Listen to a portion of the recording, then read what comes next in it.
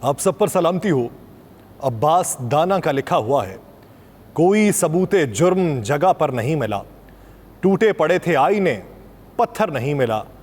पत्थर के जैसी बेहिसी उसका नसीब है, वो कौम जिसको कोई पैगंबर नहीं मिला। जब तक वो झूठ कहता रहा सर पे ताज था, सच कह दिया तो ताज ही क्या सर नहीं मिला। हम रात भर जलें भी तुम्हें रोशनी भी दें, हमको चराग जैसा मुकद्दर नहीं मिला। शहरे सितम भी जश्ने अमा मत मना अभी, शायद सितमगरों को तेरा घर नहीं मिला। नाज़रीन, मैं हूँ यासिर रशीद और आप मेरा व्लॉग देख रहे हैं। नाज़रीन, बोल न्यूज़ के बिकने की खबर है। बोल न्यूज़ किसने ख़रीदा है, इसके बारे में भी कयास आराइयाँ चल रही हैं। कुछ लोगों का कहना है कि बोल न्यूज़ को पाकिस्तान की एक सबसे बड़ी बस कंपनी ने ख़रीद लिया। कुछ ज़राए ये बताते हैं कि बोल न्यूज़ को शर्जील इनाम मेमन साहब ने ख़रीद लिया है। कुछ ज़राए ये बता रहे हैं कि बोल न्यूज़ को के इलेक्ट्रिक के एक पार्टनर ने ख़रीदा। लेकिन ये बात काबिल गौर है कि बोल न्यूज़ बिका क्यों है। याद रहे कि 2018 के जब इलेक्शन थे, 2018 के इलेक्शन के दरमियान बोल न्यूज़ को जिस हद तक हाइप मिली, और उस वक्त ये कयास आराइयाँ की जा रही थी कि बोल न्यूज़ एस्टेब्लिशमेंट का चैनल है और एस्टेब्लिशमेंट की जानिब से ये बनवाया गया।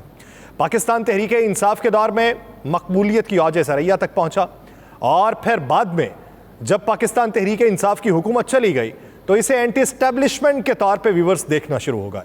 लेकिन फिर रफ्ता रफ्ता उनके बहुत से लोग वहाँ से निकाले जाते रहे, और बोल न्यूज़ की अब बिलाखिर बिकने की खबर जो मंजर आम पे आई तो शर्जील इनाम मेमन साहब तो इसकी तरदीद कर चुके हैं कि मेरी जानिब से बोल न्यूज़ को नहीं ख़रीदा गया। बात यह की जा रही है कि बोल न्यूज़ को आने वाले इलेक्शन में बतौर हथियार इस्तेमाल किया जाना है। अब वो बतौर हथियार कौन इस्तेमाल करना चाहता है, जिसने ख़रीदा है, किस कीमा के ऊपर ख़रीदा है, किस पार्टी का नैरेटिव वहाँ से बयान किया जाएगा, ये काबिल गौर बात है। लेकिन यूं जब सहाफ़त बिकने लगे, यूं किसी एक पार्टी का स्पोक्स पर्सन कोई चैनल बनने लगे, यूं बेशतर ज़बानों से जब एक ही पार्टी के तमाम तर नज़रियात बताए जाने लगें, तो वहाँ पर सहाफ़त क्या, सियासत क्या, मईशत क्या और लसानियत क्या, उस तमाम तर दरवाज़े बंद हो जाना और फिर वहाँ से एक आंख का खुले रहना और वो आंख का तमाम तर चीज़ों को देखना बहुत से सवालिया निशान भी छोड़ता है और कुछ जवाबों को भी अयां कर देता है। लेकिन मौजूदा सूरत हाल में जब सबको पड़ी है कि इत्तेहाद किससे करें, अगर अलहदा रह के भी इलेक्शन लड़ना है तो किस तरीके से लड़ें, तो बातें काबिल गौर हैं कि इलेक्शन होते दिखाई नहीं दे रहे। इलेक्शन के लिए मंजरनामा वसी तर मफाद में, अवाम के कौमी मफाद में, रियासत के मफाद में, मईशत के मफाद में आगे तक ले जाया जा रहा है, और इसमें जो किरदार अदा कर रही है वो पाकिस्तान मुस्लिम लीग नून अदा कर रही है। लेकिन वो मियाँ साहब के बारे में किरदार अदा नहीं कर पाई, अब इस मामले के अंदर किरदार अदा कर पाई है। तो कुछ घरों के अंदर इस वक्त तफरीक पैदा हुई है। वो तफरीक आने वाले दिनों में सियासत में किसको नुकसान पहुंचाएगी, ये बुनियादी तौर पे बात है। जहाँ पे पाकिस्तान पीपल्स पार्टी के साथ हाथ मिलाने को कुछ लोग ख्वाहिशमंद हैं, कुछ लोग पाकिस्तान मुस्लिम लीग नून में जाने को ख्वाहिशमंद हैं, कुछ लोग IPP में जाने को ख्वाहिशमंद हैं, तो कुछ लोग वापस PTI में जाने के ख्वाहिशमंद हैं। तो इन तमाम तर ख्वाहिशों में पाकिस्तान तहरीक इंसाफ पार्लियामेंटेरियंस की भी एक ख्वाहिश मंजर आम पे आई है। आम इंतखाबात के लिए उन्होंने पाकिस्तान तहरीक इंसाफ को इत्तेहाद की पेशकश कर दी है। तहरीक इंसाफ पार्लियामेंटेरियन के तर्जुमान ज़ियाउल्लाह बंगिश ने कहा है कि PTI से आम इंतखाबात में इत्तेहाद के लिए तैयार हैं और आम इंतखाबात के लिए 19 अगस्त से अवामी राबिता मुहिम का आगाज़ करेंगे। पार्टी तर्जुमान ने कहा कि अवामी राबिता मुहिम के दौरान खैबर पख्तूनख्वा के तमाम अजला में जलसे करेंगे और इलेक्शन में हर हल्के से उम्मीदवार मैदान में उतारे जाएंगे। अब मुझे वो इस खबर के बाद वो बयान याद आता है जो इस पार्टी के सरबरा, साबिक वज़ीर दिफा, साबिक वज़ीर आला और पाकिस्तान तहरीक इंसाफ के सीनियर रहनुमा जो साबिक हो चुके हैं, परवेज़ खटक साहब ने जब अपनी पार्टी की बुनियाद रखी थी और उस दिन ये कहा था कि आज PTI का खैबर पख्तूनख्वा से खात्मा हो चुका है, उसके ताबूत में आखिरी कील ठोंका जा चुका है। तो सवाल ये पूछना है कि जिस पार्टी का ही खात्मा हो गया तो क्या आपने जिन भूतों के साथ इत्तेहाद करना है, खलाई मखलूक के साथ इत्तेहाद करना है, मावराए हकीकत आपके जो इत्तेहाद हैं ये किस हद तक देर पाओगे? अगर आपको ये लगता है कि पाकिस्तान तहरीक इंसाफ का खात्मा हो चुका है, जो लोग आपके साथ मिल चुके हैं वही सेलेक्टेड लोग हैं या वही अवामी नुमाइंदे हैं या वही इलेक्टेबल्स हैं या वही सियासत के लिए पाकिस्तान तहरीक इंसाफ को मजबूत कर रहे थे, वो तो आपके साथ आ चुके हैं। अब PTI में किस खाली घड़े में आपने कंकर फेंक फेंक के पानी ऊपर लाने की कोशिश करनी है? एक सवाल है, आमियाना सा सवाल है। बसूरत दीगर ये मान लीजिए कि अभी भी वोट बैंक पाकिस्तान तहरीक इंसाफ का है, चाहे वो खैबर पख्तूनख्वा में हो या चाहे पंजाब के अंदर हो, कि पंजाब में से और खैबर पख्तूनख्वा में से पीटीआई से ये अलहदा हुए अफराद पीटीआई के साथ इत्तेहाद करने के ख्वाहिशमंद है। या तो फिर ये मानिए कि आप अलहदा ही नहीं हुए थे, या फिर ये मानिए कि किसी की ईमा पे अलहदा हुए, मंजरनामा आपको कोई और दिखाया गया, या फिर ये मानिए कि आपने किसी को दिखावे के लिए अलहदा होना मुनासिब समझा और अब वक्त की नज़ाकत को देखते हुए इत्तेहाद का बयानिया घड़ा जा रहा है। लेकिन इस तरीके से पाकिस्तान में सियासत आगे नहीं बढ़ेगी। पाकिस्तान तहरीक इंसाफ जिस तरह रफ्ता रफ्ता लोगों को माइनस कर रही है, पार्टी रुकनीयत को ख़त्म किया जा रहा है, तो वहाँ पे बेशतर लोगों की उम्मीदें बन चुकी हैं। वो लोग जो पीटीआई के हकीकी कारकुन थे, उनको ये लगता है कि आने वाले दिनों में टिकट्स हमें मिलेंगे। अब ये देखना ये है कि पैराशूटर्स ही दोबारा उतरते हैं या ग्रॉस रूटर्स को मौका मिलता है। देखना यह है कि हकीकी कारकुन आगे आते हैं या फिर से दीगर पार्टियों से लोग लाए जाते हैं। देखना यह है कि अगर डील होती है तो डील के नतीजे में कौन से नाम इस तरफ को आते हैं। ये एक बेहतरीन मौका है पाकिस्तान तहरीक इंसाफ के साथ भी कि रिहैबिलिटेशन के लिए अगर वो बढ़ रहे हैं और रिहैबिलिटेशन में अगर फिर से किसी की ईमा के ऊपर नाम शामिल कर रहे हैं तो छोड़ दीजिए, पाकिस्तान तहरीक इंसाफ का नाम ख़त्म होने लेने दीजिए। लेकिन अगर हकीकी मंजिल को हासिल करना है और आप समझते हैं कि पाकिस्तान तहरीक इंसाफ की अब जो लॉन्ड्री है या अब जो मंजरनामा वज़ा होगा या अब जो उसकी तंजीम साजी होगी, इसके बाद का मंजरनामा पाकिस्तान तहरीक इंसाफ के लिए कुछ बन सकता है। लेकिन उसके लिए सवाल ये है कि जब तक इनका मंजरनामा बनना है तब तक कितनी पार्टियों के मंजरनामे तब्दील हो जाएंगे, क्योंकि इलेक्शन इस साल नहीं है, आज की तारीख तक तो इस साल नहीं है। अगर फंड्स जारी नहीं होंगे, निगरान वज़ीर आज़म के लिए मुलाकात नहीं हो पाएगी और बड़े घर से अभी तक नाम भी मंजर आम पे नहीं आ पाएगा, और उसके अलावा 3 घरों में लड़ाई हो जाएगी और एक दूसरे को एस्टैब्लिशमेंट का बंदा होने का ताना दिया जाएगा, तो फिर बेहतरी के आसार कैसे नुमाया होंगे, इलेक्शन कब होंगे, एक बहुत बड़ा सवाल है।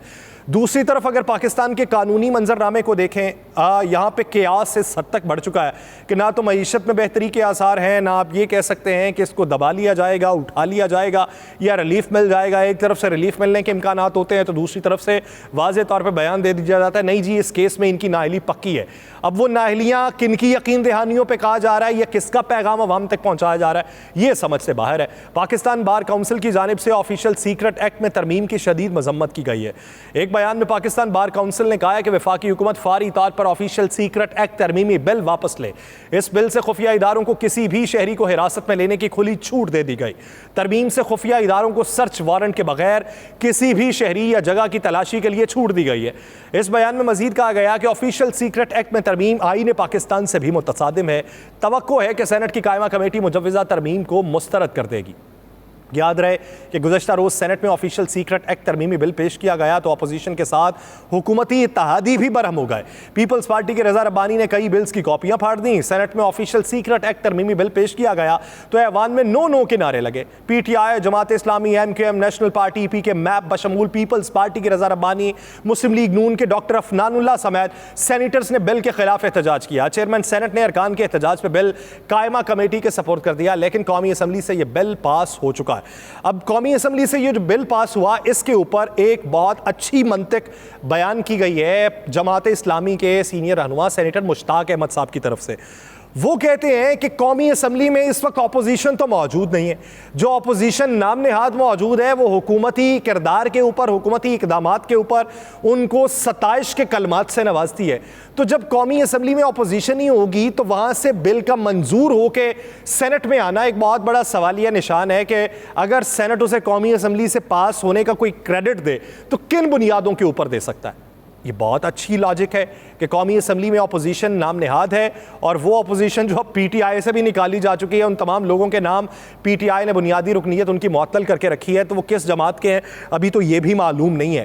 तो वहाँ पे अपोजिशन तो है नहीं, तो फिर अपोजिशन नहीं है तो कुछ बिल तो हैं वो कौमी असम्बली की बजाय सीधे ही सीधे सेनेट के अंदर पेश कर दिए गए, वो भी बहुत बड़ा सवालिया निशान है।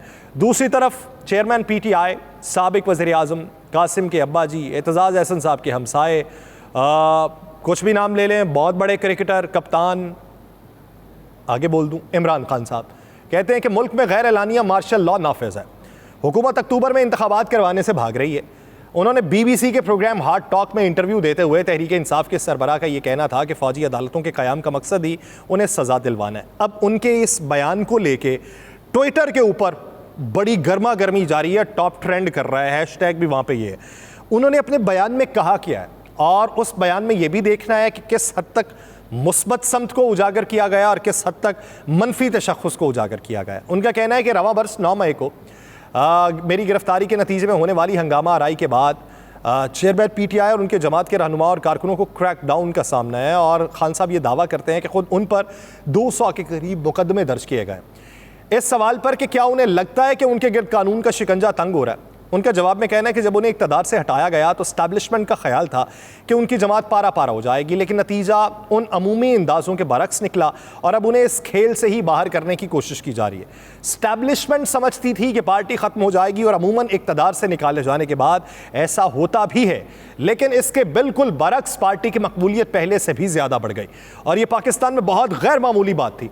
तो जब ये मुझे गेम से निकालने में नाकाम हो गए तो मुझ पर 2 बार कातिलाना हमले किए गए और इसके अलावा अब तक मेरे खिलाफ दर्ज मुकदमात की तादाद 200 के करीब हो चुकी है। ये तमाम कोशिशें इसलिए हैं कि ये मुझे जेल में डाल सकें या नाअहल करवा सकें या दोनों काम कर सकें।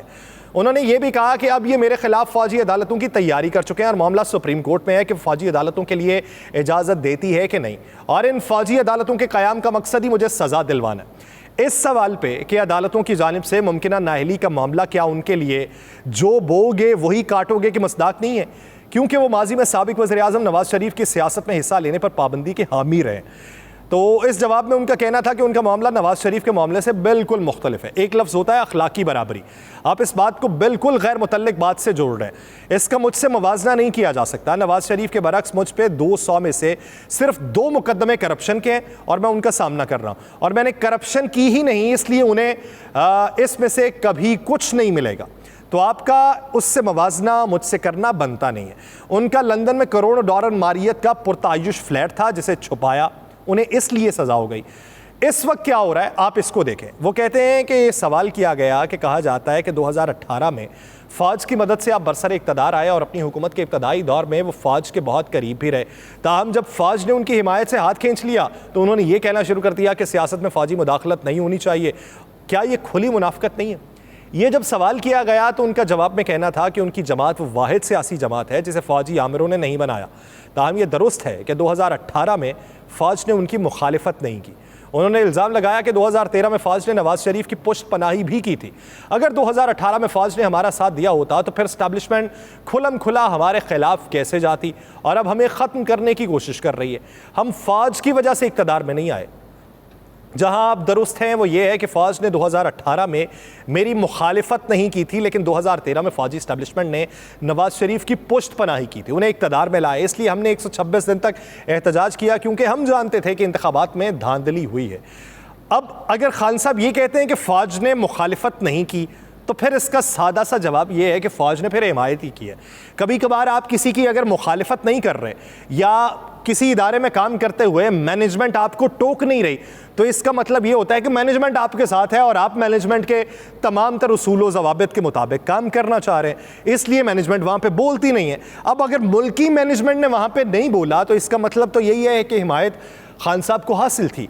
लेकिन इस मामले के ऊपर क्या पाकिस्तान में ये रवायत ख़त्म नहीं होनी चाहिए, बशमूल खान साहब, बशमूल नवाज शरीफ साहब, जरदारी साहब, मौलाना फजलुर रहमान साहब, कि बरसरे इक़्तिदार आने के बाद हमारा जो बयानिया होता है वही बयानिया हमारा ऑपोजिशन में होना चाहिए, या फिर ऑपोजिशन के अंदर जो बयानिया हमारा होता है वो बरसरे इक़्तिदार आने के बाद भी वही होना चाहिए। ये नहीं हो सकता कि हम बरसरे इक़्तिदार आने के बाद कहें कि हम और फ़ौज एक पेज पे है और जब हम निकल जाएं तो आप ये कहें कि फ़ौज हमारे साथ मुखालिफत कर रही है। यही सूरत हाल मौजूदा हुकूमत की है। डिंडोरा पीटती रही है कि फ़ौज अब हमारे साथ है, और अभी जितना भी इस वक्त रिफ्ट देखने में आ रहा है, यह एक दूसरे को तानाजनी की जा रही है, वो इसी बुनियाद के ऊपर की जा रही है कि ये लाडला है, हम लाडले नहीं है, इसकी बात सुनी जा रही है, हमारी सुनी नहीं जा रही। तो ये आपको 4 दिन जब रह गए घर जाने में, तो आपको उस वक्त ये सता रहा है कि इसके साथ ऐसा हो रहा है, हमारे साथ तो ऐसा नहीं हुआ, या हमारे साथ ऐसा हुआ है तो मुस्तकबिल में तो नहीं होगा। ये रोना पीटना आपको इन दिनों में क्यों याद आता है? ये एक बुनियादी सवाल है पाकिस्तान का। पाकिस्तान की सियासत में ये तर्ज अमल, ये तर्ज सियासत तब्दील होना चाहिए। दूसरी तरफ बात कर लेते हैं सुप्रीम कोर्ट की, जिसमें फौजी अदालतों में ट्रायल के खिलाफ दरखास्तों पर समाअत के दौरान दरखास्त गुजार वकील और माहिर कानून एतजाज़ अहसन ने ऑफिशियल सीक्रेट एक्ट में तरमीम पे आज खुद नोटिस लेने की इस्तदा कर दी है, क्योंकि खान साहब ने ये बात की कि ये इसलिए बनाया गया, एक एक्ट मेरे खिलाफ ला रहे हैं और दूसरी फौजी अदालतों में केसेस की मुंतकली ये मेरे खिलाफ है। तो सुप्रीम कोर्ट में एतजाज़ अहसन साहब की इस्तदा पे चीफ जस्टिस पाकिस्तान ने कहा कि अभी अखबार में ही है, इस कानून के बारे में पढ़ा है, देखते हैं कि पार्लियामेंट के बाकी दोनों धड़े इस बिल पे कैसा रद्द अमल देते हैं। जस्टिस उमर अता बंदयाल ने कहा कि चीफ जस्टिस अपनी सवाबदीद पर आज खुद नोटिस नहीं ले सकता। इस पर एतजाज़ अहसन ने तजवीज़ दी कि आप अपने बाकी जजेस से मुशावरत कर लें, जिस पर चीफ जस्टिस ने जवाब दिया कि आपका बहुत शुक्रिया। इस दौरान अटॉर्नी जनरल ने अदालत से कहा कि वो मुतवाज़ी अदालती निज़ाम के मुद्दे पर दलाइल देंगे। उन अफराद को ऑफिशियल सीक्रेट एक्ट के सेक्शन 2D1 के तहत चार्ज किया गया है। जस्टिस मुनीब अख्तर ने कहा कि अदालती नज़ायर को देखा जाए तो ऑफिशियल सीक्रेट एक्ट की दफात गिरफ्तार अफराद पे नहीं लगती। बुनियादी इंसानी हुकूक को रियासत चाहे भी तो नज़रअंदाज नहीं कर सकती। आइनी बुनियादी हुकूक की फराहमी को कानून साजी के रहमो करम पे नहीं छोड़ा जा सकता। ये नहीं हो सकता कि एक असम्बली आकर बुनियादी हुकूक से मुनाफी कवानीन बनाए, अगली आके बदल दे। एतजाज़ अहसन साहब ने कहा कि उनकी हुकूमत 12 अगस्त को जा रही है। अटॉर्नी जनरल जाती हुकूमत की नुमाइंदगी करते हुए कैसे यकीन दहानी करा सकते हैं? ये 102 अफराद के लिए खुसूसी सहूलियात दी गई हैं, ये कोई लाडले अफराद हैं, बाकी तमाम शहरियों का क्या होगा? उन्होंने कहा कि नवाज शरीफ ने जब मिलिट्री कोर्ट सेटअप किए तो आईनी तरमीम की थी। हाई कोर्ट में रेट पटिशन का हक देना कोई हैसियत नहीं रखता। जब पहले आर्मी चीफ अपील सुन चुका हो तो फिर हाई कोर्ट में जाने का क्या फायदा होगा?